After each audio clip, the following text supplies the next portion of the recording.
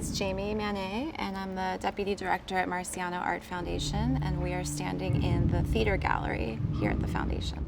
The Marciano Art Foundation is actually situated in an old Masonic temple that we converted into our exhibition space. The theater gallery was their former theater that seated about 2,000 people. All of the seats have been removed, and now what we're left with is a large open turbine hall-like space. It's about 14,000 square feet with about 40 feet of clearance up to the ceiling. Well, Olafur Eliasson is a multidisciplinary artist. He's based out of Berlin. He is Icelandic and Danish. He's an artist who creates experiences for people. A lot of his artwork looks at the human experience, sensory experiences, the experience of the community. He also is looking at environmental factors and political concepts as well. To be an interdisciplinary artist is an artist who really makes those large jumps between media. So Olafur is somebody who works with sculptural components such as glass, and he also is working with the environment too. So blocks of ice, working with light, performance, things that you can actually hang on the wall. So it's this large variety of experiences that he's providing the viewer. In the lobby right now, we have two spheres by Olafur Eliasson. We really cleared the lobby out of any other work so that the spheres could have the viewer's full attention.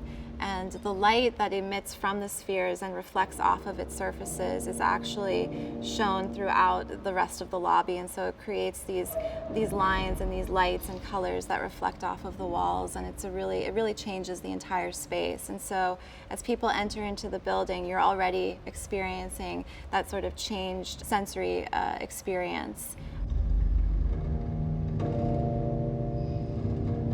The title of the exhibition is Reality Projector. Olafur actually came to visit the space in 2016. Immediately you could tell how impressed he was by the space, how he saw it as a challenge, but a really possible challenge, something he could really harness. He really was taken by the beams and the height in the space. So what he wanted to do was really highlight the space itself and sort of make the space the star of the show. There's very little involved in this exhibition. It's really the two motorized lights and the filters, and then he's using the space itself. I think the little details of the fireproofing material and the wires that you see connected to the beams, it really reminds you that he's using the space as his canvas.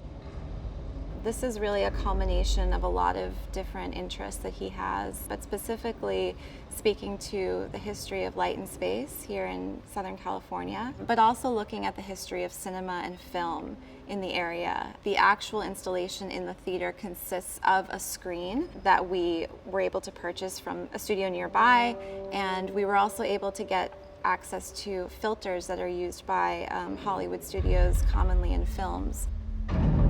We have these beams up on the ceiling, and within the beams there are different shaped triangle openings. And so what Olafur did was he had these leaf filters custom fitted to these openings, and they are in magenta, cyan, and yellow. There's two lights operating on two separate tracks, and they're moving independent of each other at different speeds, and as the lights go across the beams, they shine through the open spaces and through the filters. And so you're getting all of these amazing colors. And the exciting thing about it is that the lights move so slowly along the track that you could be sitting in here all day and you'll never see the same image on the screen. He's actually using the space as a film strip, and so I think he's showing ways that you can make film without using traditional methods.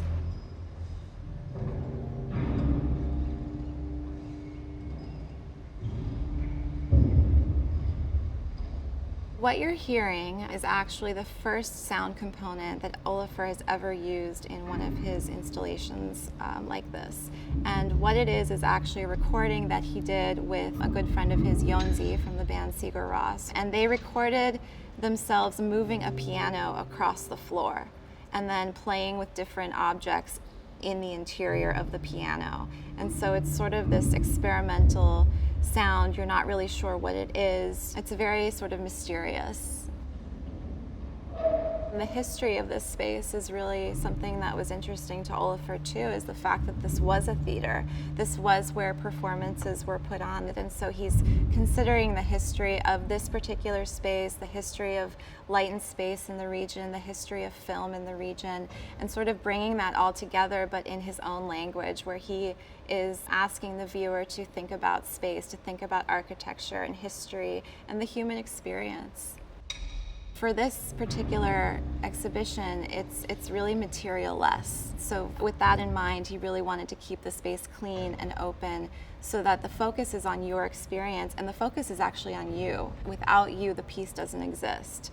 One of the best qualities about Olafur's work for me personally is that he's never telling you to actually look at an object. He's actually instructing you or suggesting that you're looking at the act of looking itself. You don't need a lot of information or preconceived notions before you come in, and in fact the artist doesn't even want you to have too much information before you come in, because it really is about that inner experience. And I think that this meditative quality or the subliminal quality, it's those moments when you feel like a child again, where you have that sense of wonder, where you walk into a room and you're experiencing something you've never felt or experienced. And so I think to come into this space and really feel that sense of wonder, for me that's meditative, and that's sublime.